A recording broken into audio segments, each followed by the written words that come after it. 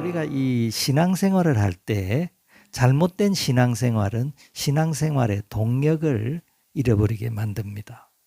성경에 무지하고 잘못된 신학 사상은 신앙생활의 활력을 빼앗아 갑니다. 초대교회에 어떤 잘못된 신앙 사상이 있었나 하면 우리가 하나님의 은혜로 구원받는데 은혜 말고 은혜만 가지고 어떻게 구원받습니까? 은혜 말고 우리도 노력해야지 구원받습니다. 이렇게 생각하는 사람들이 있었습니다. 우리가 영적인 어떤 특별한 지식이 있어야 되고 우리의 행동, 우리의 공로가 가미가 돼야지 우리가 구원받을 수 있지. 어떻게 예수님 십자가에 못 박혀서 우리의 죄를 대속하셨다는 그것을 단순하게 믿는다고 우리가 어떻게 구원받습니까? 우리도 노력해야 됩니다. 이렇게 자꾸 주장하는 사람들이 실제로 있었습니다. 그 율법주의자들이라든지 영지주의자들이라든지 이런 그 이단으로 흘러가는 이런 사상을 가진 사람들은 그게 잘하는 것 같지만은 나중에 가보면 신앙의 활력을 다 빼앗아 가버립니다. 우리가 구원받고 영원한 생명을 얻고 하나님의 자녀가 되는 것은 순전한 은혜로 되는 것인 줄을 믿습니다. 그게 성경 말씀이죠. 예수님께서 요한복음 5장 24절에 내가 진실로 진실로 너희에게 이르노니 내 말을 듣고 나 보내신 이를 믿는 자는 뭐라고 했습니까? 영생을 얻었다라고 했습니다. 이 과거형입니다. 부정과거형. 영생을 이미 얻은 겁니다. 예수 믿는 순간에 우리는 영생과 접촉하게 되는 줄을 믿습니다. 영생 속으로 들어가게 됩니다. 전기에 불이 켜지듯이 스위치를 올리면 불이 환하게 온 방이 환하게 되는 것처럼 우리가 예수님과 연합하는 순간, 예수님을 믿음으로 받아들이는 순간 영원한 생명이 그때부터 시작됩니다. 내가 죽어봐야 알지요. 우리가 어떻게 하나님 나라에 들어가겠어요? 우리는 다 죄인인데요. 내가 공로를 많이 쌓아서 주님 앞에 주님의 심판대에서 통과해야지 그때 가서 알 수 있겠죠. 이렇게 말하는 사람이 요즘도 있습니다. 그런데 그것이 바른 신앙이 아닙니다. 성경은 우리에게 분명하게 구원의 확신과 영원한 생명의 확신을 우리가 가져야 된다는 것을 말씀하고 있습니다. 우리는 예수 믿는 순간에 은혜로, 순전한 은혜로 하나님의 자녀가 되고 죄 용서함을 받고 그리고 영원한 생명 속으로 들어가게 됩니다. 그래서 영원한 생명은 우리 사람들은 영원한 생명하면 자꾸 우리 상상을 하는 것을 좋아합니다. 영원한 생명은 시간이 얼마나 긴 걸까? 1억 년, 2억 년, 100억 년? 하나님의 영원하심에 대해서도 사람들은 이 영원이라는 말을 들으면 자꾸 인간의 생각으로 시간의 길이를 자꾸 측정하려고 합니다. 얼마나 먼 시간이 영원이지? 그 영원이라는 말은 몇 년이나 되는 거지. 영원은 시간을 초월하는 개념입니다. 영원은 내가 죽고 난 뒤에 그때 영원한 생명이 시작되는 것이 아니고 예수님을 만나는 순간, 예수님 안에 들어오는 순간, 예수님 믿는 그 순간부터 영원이 시작됩니다. 영생이 우리는 이미 시작되었습니다. 그래서 우리는 이 땅에서 영생을 맛보며 살아가고 있습니다. 이 땅에서의 영생은 맛을 보는 겁니다. 영생이 이런 것이구나. 맛을 보며 살다가 이제 하나님의 나라에서 영원한 생명 속에 우리가 영원한 생명 속으로 의와 평강과 기쁨의 나라 영원한 주님 안으로 들어가게 되는 줄을 믿습니다. 하나님은 영원하신 분이시죠. 하나님은 시간을 창조하셨습니다. 하나님은 눈에 보이는 물질만 창조하신 것이 아니고 시간도 창조하신 것입니다. 태초에 하나님이 천지를 창조하시니라. 그때 시간이 시작되었습니다. 그때부터 이제 이 시간, 1년, 한 달, 하루 이렇게 시간이 이렇게 굴러가고 있습니다. 하나님은 영원하신 분이시죠. 그래서 우리가 구원받은 하나님의 자녀들이 되어서 영생을 얻은 사람은 하나님 속으로 들어가는 겁니다. 하나님은 불멸의 존재시죠. 이 땅에 보이는 것은 다 시작이 있고 끝이 있습니다. 근데 우리 하나님은 시작도 없으시고 끝도 없으시고 영원하신 분이시죠. 영원한 생명. 하나님이 우리에게 주시는, 믿는 자에게 주시는 생명은 영원입니다. 영원한 생명입니다. 영원한 생명에 우리가 예수 믿는 순간에 영원한 생명 속으로 들어가게 됩니다. 그래서 성경 말씀은 우리가 구원받는 것은 우리의 공로가 조금도 가미되지 않은, 사람이 예수님도 믿지만은 우리도 좀 잘 살아야지 구원받는다. 이건 성경적이 아닙니다. 하나님 우리를 어떻게 구원하십니까? 에베소서 2장 8절 9절 말씀에 보면 너희가 그 은혜를 인하여, 그 은혜는 무엇입니까? 주님의 은혜지요. 독생자를 이 땅에 보내신 하나님의 아들을 죄를 대속하는, 인간의 죄를 씻는, 죄를 대속하는 희생 제물로 하나님의 아들을 이 땅에 보내신 게 그게 은혜 아니겠습니까? 너희가 그 은혜를 인하여 믿음으로 말미암아 구원을 얻었나니 이것이 너희에게서 난 것이 아니고 하나님의 선물이라고 했습니다. 구원은 선물입니다. 구원은 그냥 받는 것이지 내 행위가 가미되는 것이 아닙니다. 자기 행위로 구원받는 사람은 자랑하려고 합니다. 내가 이런 사람이다. 나는 이렇게 되어서, 나는 이렇게 훌륭한 사람이고, 나는 이렇게 공로가 있어서 구원받았다. 이렇게 자랑할 수 없는 것이 구원입니다. 순전한 은혜입니다. 순전히 주님 앞에 나와서 믿음으로 예수님을 받아들이는 사람이 얻게 되는 순전한 은혜, 100% 선물은 대가를 지불하지 않죠. 선물을 주려고 하는데 자꾸 돈을 주려고 하는 사람은 큰 실례지요.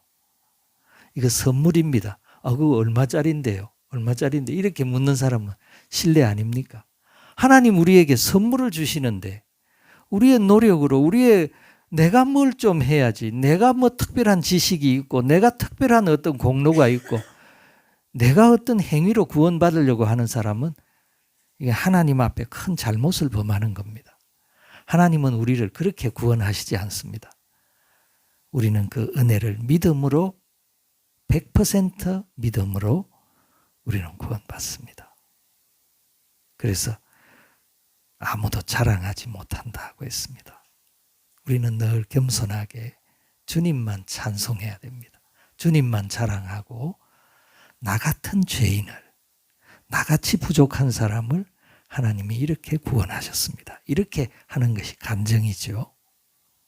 그게 간증입니다.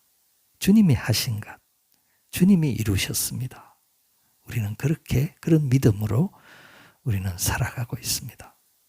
그래서 이 믿음이라는 것이 참 소중하죠. 그런데 이 믿음이라는 말만큼 또 막연하고 또 포괄적인 넓은 의미를 가진 단어도 잘 없습니다. 오늘 말씀 같이 한번 읽어봅시다. 시작.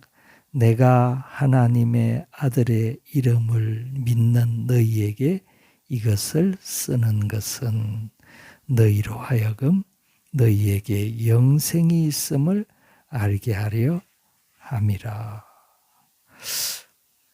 하나님의 아들을 믿어도 내가 영생이 있음을 이걸 확신하지 못하고 살아가는 사람이 많다는 겁니다. 내가 예수 믿고 하나님이 우리에게 엄청난 선물을 주셨는데도 그걸 모르고 살아갑니다. 그런 사람은 어떤 삶을 살까요? 희미한 신앙생활을 합니다. 아주 어정쩡한 신앙생활을 할 수밖에 없습니다. 그런 사람은 전도도 잘 못합니다. 내가 영원한 생명을 가졌는데도 하나님이 나를 구원하셨는데도 구원의 확신이 없습니다. 내가 영생을 가졌나?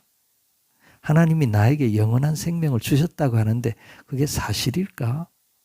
이렇게 갸우뚱하며 살아가는 사람들은 하나님 앞에 분명한 어떤 예수의 생명력을 발산하지를 잘 못합니다. 전도를 하더라도 예수 한번 믿어봐. 좋을지도 몰라. 이 정도밖에는 못합니다. 구원받습니다. 예수님 안에 생명이 있습니다. 예수님이 우리의 죄를 대속하셨습니다. 우리는 믿음으로 구원받습니다. 이렇게 전도해야 되는데 이게 확신이 없는 사람은 이 신앙생활의 활력을 잃어버립니다. 정말 우리 마음에 우리 그리스도인들은 어떤 사람입니까? 하나님의 은혜에 감사하고 감격하고 주님 앞에 나오면 눈물을 흘리고 내 죄를 회개하고 그리고 감사와 감격과 나를 위해서 피 흘려주신 주님의 은혜를 찬양하고 싶은 마음으로 가득 찬 사람이 신앙인 아닙니까? 그렇게 살아가야 됩니다. 그런 사람이 분명한 신앙인입니다. 신앙인의 정체성을 가지고 하나님이 나의 영혼을 구원하셨다. 나에게 영원한 생명을 주셨다. 내가 은혜로 하나님의 구원을 받은 사람이 되었다. 하나님이 나와 함께 하신다. 이런 확신 가운데 우리가 살아가야 되고 복음을 전하고 예수 생명력을 발산해야 됩니다. 강하게 생명력을 나타내는 사람이 있습니다. 짠맛을 내는 소금과 같이 예수님이 살아 있습니다. 그 사람 안에 주님이 살아서 움직이고 그 말에 힘이 있고 그 말에 그 행동이 변화되고 사람이 바뀌어지고 변화되고 하나님의 은혜를 누리고 간증하고 그렇게 살아가야지 이 생명력이 있는 그리스도인 아닙니까? 그렇게 살기를 바라십니다. 그래서 오늘 이 예수님의 제자 사도 요한은 내가 이 서신을 기록한 것, 이게 성경이죠. 요한일서 5장 13절.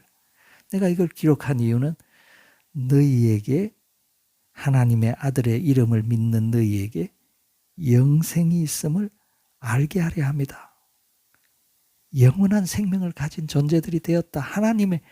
이 영원한 하나님의 생명을 가진 사람이 하나님의 자녀들이죠. 너희들이 하나님의 자녀가 되었다.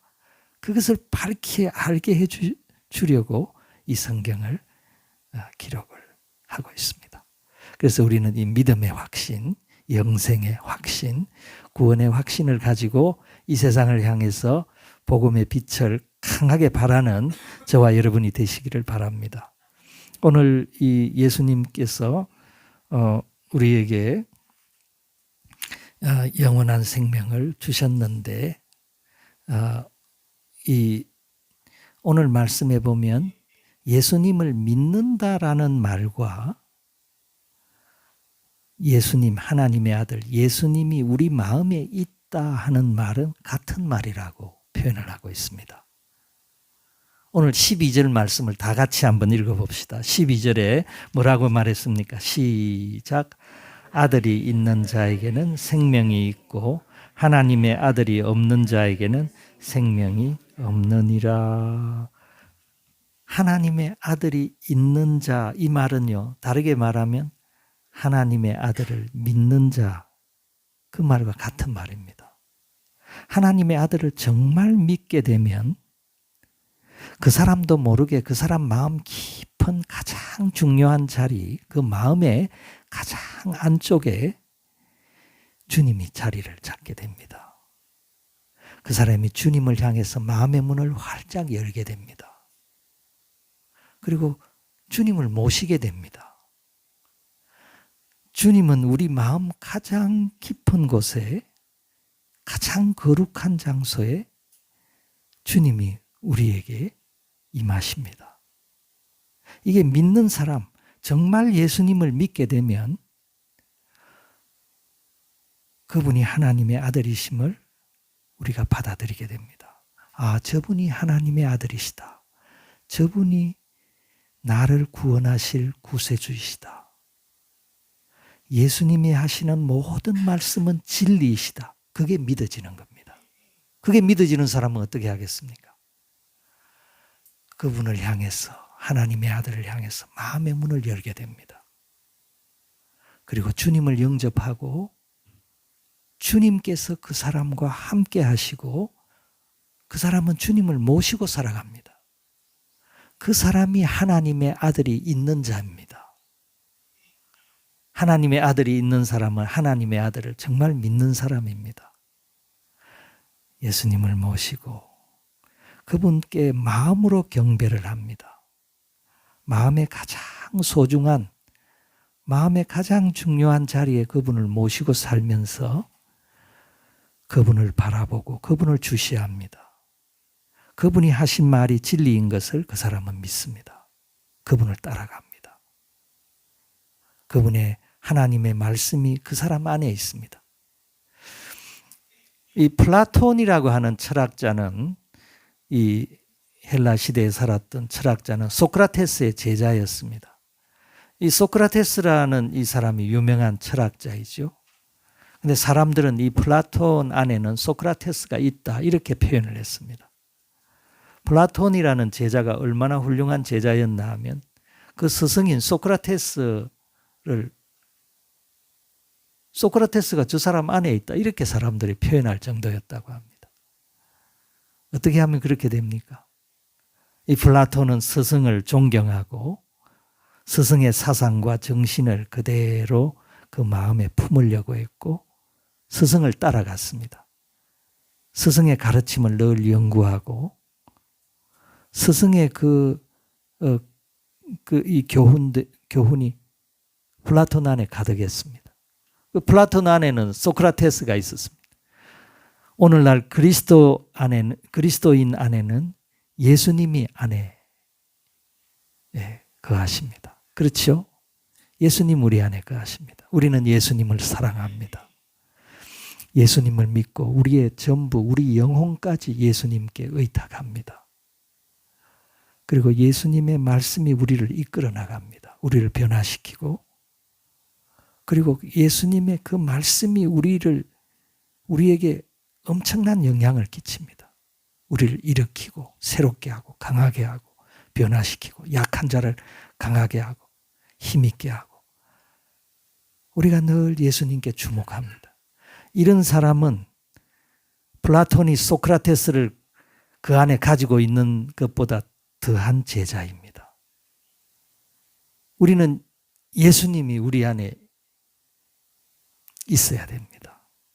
아들이 있는 자는 생명이 있다. 아들이 우리 안에 살아 있어야 되죠. 우리는 하나님의 아들을 모시고 살아가는 사람입니다. 주님이 우리 마음의 중심에 있습니다. 우리는 주님을 경외합니다. 그래서 주님께 귀를 기울입니다. 이런 사람은 예수님이 그 안에 있는 사람 아닙니까? 플라톤만 소크라테스를 그 안에 가지고 있습니까? 아닙니다. 정말 예수 믿는 사람은 예수님이 그 안에 있습니다. 아들이 있는 사람입니다. 그래서 아들이 있는 자는, 하나님의 아들이 그 안에 있는 사람은 영생이 있다, 생명을 가졌다라고 성경에 이야기하고 있습니다. 제가 어떤 한 사람이 다른 사람을 나의 소유로 만들려고 하면, 여기 있다 하는 말은 소유한다는 말이죠. 그런 말 아닙니까? 여기 12절에 아들이 있는 자, 여기 있다 하는 말은 가진다 하는 헬라어입니다. 하나님의 아들을 가진 자라는 말입니다. 소유한다는 말이죠. 하나님의 아들을 소유하고 모시고 살아가는 사람, 이 사람에게 이 생명이 있다. 그렇게 오늘 말씀하고 있는데, 하나님의 아들, 우리가 어떤 사람이 다른 사람을 소유하려고 하는 가장 완전한 방법이 있습니다. 그거 알려드릴까요? 어떻게 하면 다른 사람을 완전하게 소유할 수 있습니까? 사랑을 주고받아야 됩니다. 우리가 진실한 사랑을 받고 진실로 내가 사랑하면 나는 그 사람의 소유가 됩니다. 반대로 그 사람은 나의 소유가 됩니다. 내가 정말 진실한 사랑을 주고받는 어떤 대상, 그 대상은 나의 소유가 됩니다. 우리는 그 믿음 안에서 주님을 모시고 살아갈 때 하나님의 사랑이 우리 마음에 부음받았죠. 나를 이렇게까지 사랑하신 주님의 사랑에 우리가 눈을 뜨는 겁니다. 그래서 신앙생활은 불붙는 것입니다. 신앙생활을 얼음장같이 차갑게 하는 사람은 조금 잘못됐습니다. 방법이. 이 믿음은 불붙는 것입니다. 주님의 사랑이 하늘로부터 내려오는 그 하나님의 사랑이 우리 마음에 부음바 되어서 이 사랑을 어떻게 할까? 나는 어떻게 사랑할까? 나는 주님 앞에 어떻게 나 자신을 드릴까? 나를 위해서 십자가에 피 흘려 주신 하나님의 아들을 나를 이렇게 사랑해 주신 그 하나님 앞에 나는 어떻게 사랑할까? 어찌할 바를 모르는 그게 신앙생활입니다. 그래서 이 신앙생활은 이 불붙는 것입니다. 불이 붙어야 됩니다. 이 사랑을 주고받는 것은 진실한 사랑을 받기도 하고 사랑을 하기도 하는 사람은 그 사람의 소유가 된 겁니다. 내가 그 사람을 소유하고 있습니다. 여기 하나님의 아들이 있다. 하나님의 아들을 소유하고 있는 사람 어떤 사람입니까? 주님과 사랑의 관계를 나누고 있는 사람입니다. 이게 진실한 신앙생활이죠. 이런 신앙생활로 우리가 나가야 될 줄을 믿습니다. 하나님의 아들이 있는 사람, 그 사람은 가장 큰 재산가입니다. 이 세상에 많은 재산을 가지고 있다고 자랑하는 사람들이 있을지 모르지만은 그 사람들보다 수백 배, 수천 배 더 큰 자산가는 하나님의 아들을 가진 사람입니다. 하나님의 아들이 있는 사람. 오늘 여기 말씀에 아들이 있는 자에게는 생명이 있다. 그런데 하나님의 아들이 없습니다. 하나님의 아들이 없다는 말은 하나님의 아들을 믿지 않는다는 말입니다. 관심이 없다는 말입니다. 안타깝지만 이 사람은 가장 중요한 것을 놓치고 있습니다. 오늘 말씀은 하나님의 아들이 있는 자에게 생명이 있다. 그런데 이 생명은요, 하나님의 아들이 있는 자에게 주시는 생명, 이 생명은 힘이 있습니다. 생명력이라고 말할 수 있습니다. 이 그리스도인들이 가지는 생명력입니다. 이 생명은 무한한 힘이 있습니다. 이 생명을 부여받는 그 순간부터 신앙생활이 시작됩니다. 그때부터 우리가 온전해져 가는 겁니다. 아직 우리는 부족하지요.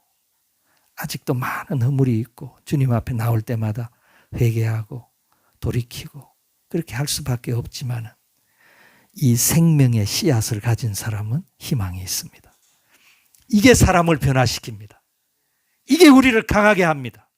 약한 사람을 강하게 하고 세상에 취해 있는 사람을 세상을 추방하게 만듭니다. 세상의 방법으로 살아가지 않습니다. 그리고 하나님 앞에 바른 방법으로 살아가게 하는 그 엄청난 힘이 이 생명으로부터 나옵니다. 하나님은 우리를 이렇게 신자되게 합니다. 하나님의 방법은요, 우리가 내 공로로 이렇게 조금 의로운 행동을 해서 하나님의 백성이 되려고, 그게 아닙니다. 그렇게 될 수 없습니다. 우리는 다 죄인이고 다 허물이 많고 부패한 인간입니다. 예수 생명이 우리 안에 들어와야 됩니다. 하나님의 아들이 있는 자에게 하나님께서 허락하시는 하나님의 생명, 영원한 생명, 그때부터 신앙생활이 시작되는 겁니다. 그때부터 이 생명력이 우리를 변화시킵니다. 죄악을 멀리하고 주님을 더욱 사랑하고 하나님을 사랑하고 하나님 앞에 헌신하고 변화되기 시작합니다. 이 생명, 이 생명의 능력, 이 생명의 힘이 우리를 변화시킵니다. 그래서 하나님의 아들이 있는 사람이 가장 큰 자산가입니다. 하나님의 아들이 있습니까? 하나님의 아들은 이 믿음을 통해서 우리가 구원받고 하나님의 자녀가 되고, 정말 참 믿는 사람은 하나님의 아들이 그 사람 마음에 계십니다. 주님과 함께합니다. 주님의 영향력 속에서 살아갑니다. 주님을 얼마나 사랑하는지 매일매일 하루의 삶이 주님과 이 사랑을 나누는 삶입니다. 사랑을 주고받습니다. 주님 앞에 나오면 주님의 사랑에 어떻게 보답할까? 주님의 사랑이 그 사람 마음에 부음받았습니다. 그 사람의 마음은 불이 붙었습니다. 불이 붙어야 됩니다. 신앙생활은 불 붙는 겁니다. 주님의 사랑을 우리가 깨닫고 나는 어떻게 주님을 사랑할까? 그렇지 않습니까, 여러분? 하나님께서 하나님의 그 귀한 독생자를 우리에게 영원한 생명을 주시려고 이 땅에 희생제물로 주셨는데 우리 마음에 불이 붙지 않는다면 그 사랑은 거짓 사랑입니다. 그 믿음은 가짜 믿음입니다. 하나님께서 가장 소중한 것을 나를 위해서 십자가의 대속물로 하나님께서 우리를 위해서 주셨습니다. 우리는 이 주님의 사랑을 받아야 됩니다. 주님의 사랑이 우리 마음에 부음받아야 됩니다. 내가 어떻게 할까? 나는 하나님 앞에 어떻게 사랑할까? 나 같은 죄인을 구원해 주신 하나님의 은혜에 내가 어떻게 보답하며 살아갈까? 그 사랑에 불이 붙는 것이 신앙생활입니다. 사랑을 주고받아야지 참 그 사람의 소유가 됩니다. 주님이 나의 소유가 됩니다. 하나님의 아들이 있는 사람입니다. 하나님의 아들이 그 사람 안에 지금 이 순간에 살아 있습니다. 주님과 사랑의 이 교제의 삶을 나누고 있습니다. 이 삶을 살아가야 되지 않겠습니까? 얼마나 영광스러운 삶입니까? 하나님과 사랑을 나눠야 됩니다. 하나님의 사랑이 부음받아야 됩니다. 여러분의 마음에 하나님의 아들이 있습니까? 하나님의 아들이 있는 자는 영생이 있다고 했습니다. 아들이 없는 사람은요, 아무리 부자라도 아무것도 없는 사람입니다. 생명이 없습니다. 죽어가고 있습니다. 아들이 있어야 됩니다. 우리 이 시간에 다 같이 한번 기도합시다. 여러분의 마음 깊은 곳에 아들이 있습니까? 주님은 우리 안에 들어오시기를 원합니다. 영접하는 자, 곧 그 이름을 믿는 자들에게는 하나님의 자녀가 되는 권세를 주셨으니라고 했습니다. 아들이 있습니까? 오늘 이 시간에 하나님의 아들, 예수님을 내 마음의 주님으로 내가 모시고 싶습니다. 그런 사람이 있습니까? 그런 사람은 예수님을 영접해야 됩니다. 그런 사람이 혹시 있다고 하면 오른손을 잠깐 들어주십시오. 제가 기도해 드리겠습니다. 아들을 모시기를 원하십니까? 네, 감사합니다. 네, 아들을 모시기를 원하는 사람이 있으면 표시해 주십시오. 다 같이 기도합시다. 다 같이 기도하겠습니다.